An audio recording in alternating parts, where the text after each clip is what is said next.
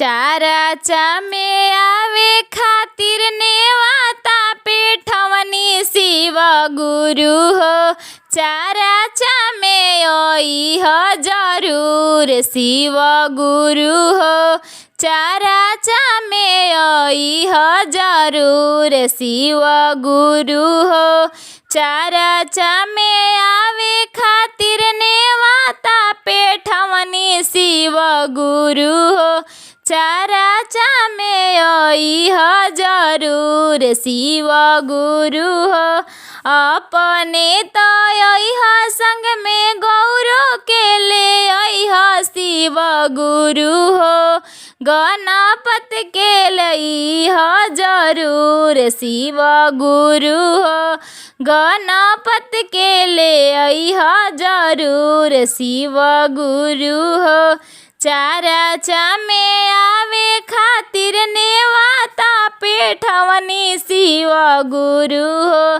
चाराचा में ओइह जरूर शिव गुरु हो।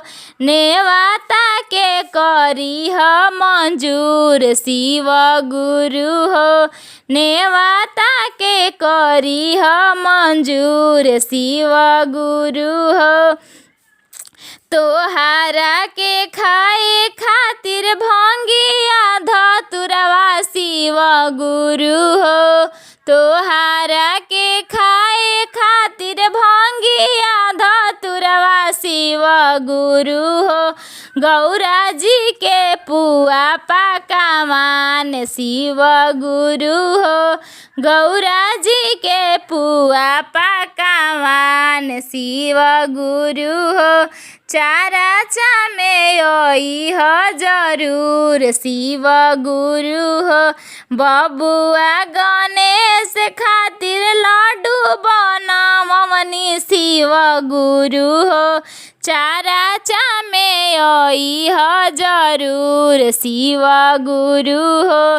चाराचा में आवे खातिर नेवाता पेठवनी शिव गुरु हो।